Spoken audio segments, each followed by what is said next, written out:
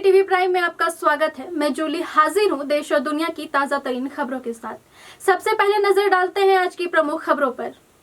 झारखंड में करम पर्व की धूम, रांची से साइबर ठगों का नए पैंतरा। झारखंड हाईकोर्ट का बड़ा फैसला, आपराधिक मामला लंबित रहने पर नहीं रुकेगा पेंशन और ग्रेच्युटी। बोकारो में 51 लाख रुपए के साथ पकड़ा गया डीएमएफटी लिपिक। 4 सितंबर को बिहार बंद। जीएसटी स्लैब में बदलाव, जानिए क्या हुई सस्ती और महंगी चीजें। चीन ने बनाई अमेरिका तक मार करने वाली विराट कोहली का बेंगलुरु भगदड़ पर आया पहला बयान। जीएसटी बैठक के बीच सेंसेक्स फिसला, निफ्टी 24,600 के नीचे। अब खबरें विस्तार से।